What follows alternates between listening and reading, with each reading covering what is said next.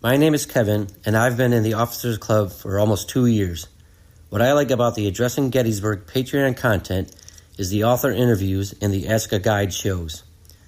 I've remained in the Officers Club for as long as I have because I always learn something new when listening. If you love the free content, then you should really consider joining the Officers Club because you'll get even more great content. From the Gettysburg Museum of History Studios, you're listening to Addressing Gettysburg. Good day to you all. How are you? Great. Today we are here with our friend, licensed battlefield guide, Kevin Bryant. And, excuse me, if you saw the title of this, you might be like, I never heard of that. What is that? The Battle of Liberty Place. And you're looking through all of your Civil War books and you're trying to find any mention of this and you don't find it. You can't find it. Kevin, first of all, welcome back. Thank you. Always good to be here. Why wouldn't people find it in their Civil War books? Because it didn't happen in the Civil War the way we think about the Civil War. Oh, okay, Mr. Revisionist Historian. Go ahead. What is the Battle of Liberty? Normally when we do these, I have an inkling as to what the show is about, and therefore I can ask questions to lead the guest. I'm going to let the guest lead me today, and I'm going to ask him questions as a student who's never heard about this before, because I really haven't. Yep. But the little synopsis you gave me right before we started was fascinating. So go ahead. Give that synopsis. What is it? When is it? Yeah. So the Battle of Liberty Place, for those of us, listening and watching things now and in the future, don't worry if you're like that and you haven't heard of it, because most people have never heard of this. Right. That is just the reality of our experience. It doesn't happen in the war itself. This is part of the broader Reconstruction period. As we know, James Longstreet critically involved in it. So the real quick version to cement us all in time, this is going to be down in New Orleans, September 14th, 1874. Okay. About 9 years after Appomattox. Got it. James Longstreet and a bunch of other Gettysburg people are involved in this, but they're not all on the same side. Okay. So that's some of what we're going to unpack. It's a lot of violence directed towards an elected government versus a government that's claiming it's the duly elected government. And those unpack that a little bit there. Yeah. Explain that, because we got to set the stage here. This is a super complicated process. Okay, go ahead. So one of the things that we have to keep in mind when we're talking about this period is, oh, geez. I just spilled water on myself. Go ahead. At least it wasn't the equipment. Ignore it. Yeah, exactly.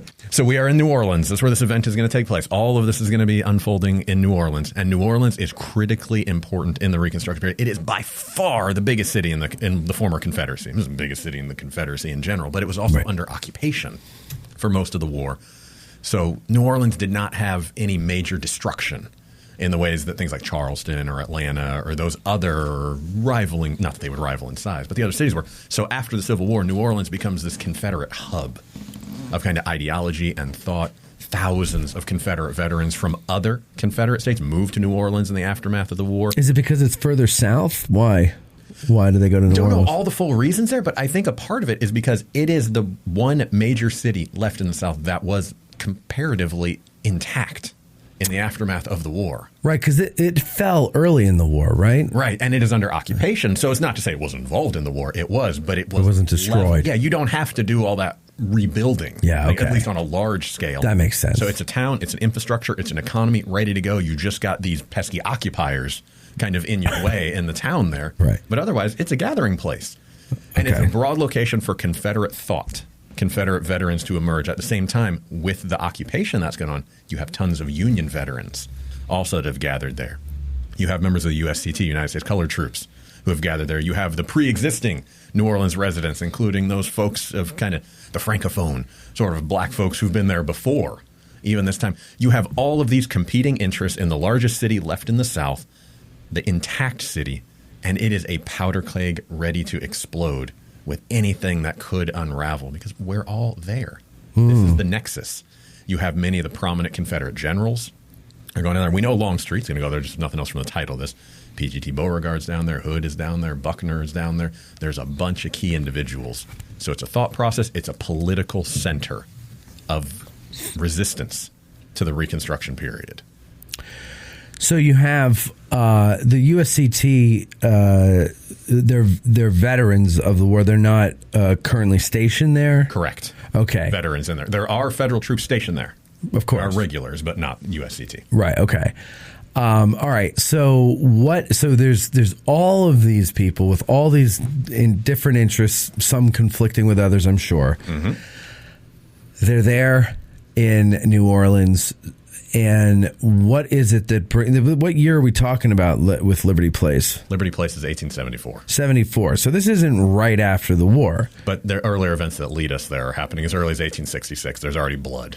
So Okay. Liberty Place is kind of this big moment that kind of gets crystallized in history, but there were several other incredibly violent large-scale encounters in New Orleans that led to Liberty Place. Okay, so give us a timeline with a brief synopsis of some of these so you get an idea. First major one is going to be 1866. Okay. And this one's going to be July of 1866, and this gives us, wait, I hear it. It's a Gettysburg Connections. And it goes on. We got Harry Hayes, our friend from Gettysburg here. He's a sheriff down there, and he is going to lead a detachment of, not soldiers, but they may as well, but he's going to deputize a lot of former Confederate soldiers for just a slaughter at a place called the Mechanics' Institute, where dozens and dozens and dozens of black men engaging in political action are murdered by these individuals. It's, again, because we're in this powder keg where so many people are trying to make something happen politically, right, and there's so much tension. It's awful. The police are a part of this. There's a horrifying description talking about some of the police officers now slipping on the floor because they're slipping on the blood of the people that they're shooting all around them. Jeez. Windows are being smashed. I mean, it's beyond definition, just awful and abhorrent and indefensible by every standard. These men are throwing their hands up, surrendering, and just being shot in the back of the head over and over and over. We don't know the exact number, but we know at least 60 of these black men were shot in the back of the head while surrendering. Just straight up execution. Numbers tell us that broader and some of the initial kind of back and forth, there may have been up to 200 who were killed there. And that's just the first of many examples. And this is the And that's the police that did that. Yes. So I recently watched Gangs of New York because we have the AG Film Club, and that's the movie we're doing this month. The police, the fire departments, excuse me, sorry for the sniffling, folks. They're corrupt as anybody else is in that movie, at least. And from what I understand about New York history, pretty much most of their history, they've been pretty corrupt. Yeah. So is it the same in New Orleans? Is it the same in most American cities at that time? I don't think it would be that uncommon. Okay. Because many of these folks, especially here, these are former veterans. And no matter which side they're a veteran on, if you served and you fought and risked death in that, you believe in what you served for. Of course. Regardless of the outcome of the war. Right. And you now have this opportunity as you move on in life, maybe as an official law enforcement capacity or maybe just kind of a deputized form, to continue to fight that same battle as you understand that same battle and carry it out. Whether or not today we would agree with, that's an entirely different subject. Right. But an opportunity. Make what I fought for, what my comrades in arms died for on the battlefield. Maybe I can make it now. So are the police mostly Southern sympathizers then? Okay. Yes. And now, not just Southern sympathizers, many Confederate veterans. Confederate veterans. So not to okay. say all of them, but many active serve. And I guess this is why you alluded to that the war did not end in 1865 in the beginning. There is Right. you're making the case that. And I think it's a good case that, during Reconstruction, you've got, the Klan comes into existence, right? You've got examples like this where the police are former Confederate veterans. Yeah.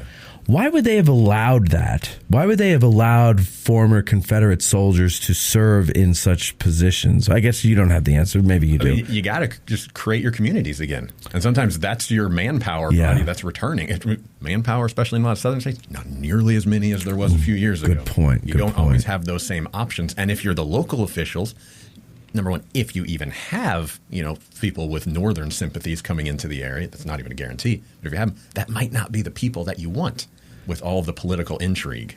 And I understand that. But what I'm saying is, why wouldn't the North, as they oversee Reconstruction, I see what you're saying. why would they allow that? I mean, and in some places they don't, because Okay. there's a whole series of laws and acts that come down from the federal government during this time period restricting things. There are times where these former Confederates are not able to vote, other times where they cannot hold any sort of elected office. This is an incredibly complicated time period, and often A hot take. You cannot understand the Civil War if you do not understand Reconstruction.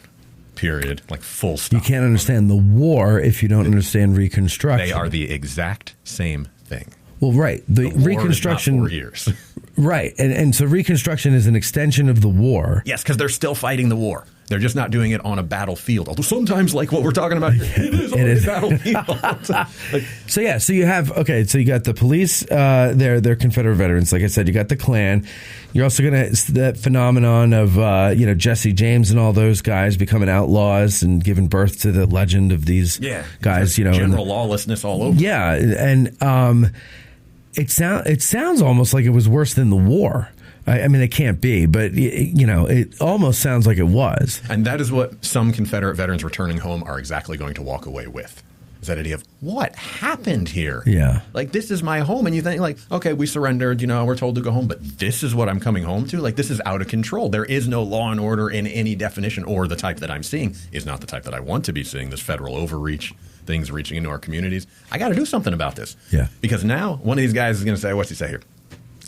It's very hard to go back after 4 years of hardship and find inwards with arms in hand doing guard duty in the city and see a white man taken under guard by one of those black scoundrels. Let's kill them all like dogs. I mean, this is your home. And it's the exact opposite of just a few years ago.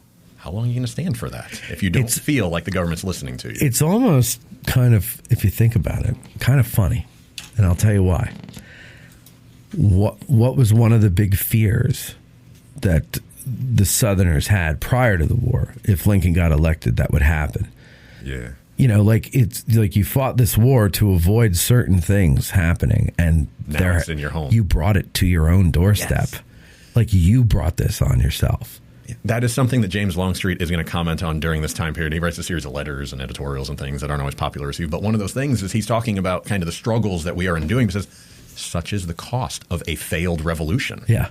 You can't engage in this act, not succeed, and then be upset. Like, stuff happens as a natural result. If you do that, you've got to, you don't swing and miss. If you miss, there's going to be a blow coming back at you. Right. Like, what did we expect? Who was I saying this to? We were talking about this not too long ago. It's like, you guys are all full of piss and vinegar to start the war. You're all, one Confederate can take on, 10 Yankee hirelings. And you're all so great. You're all so wonderful.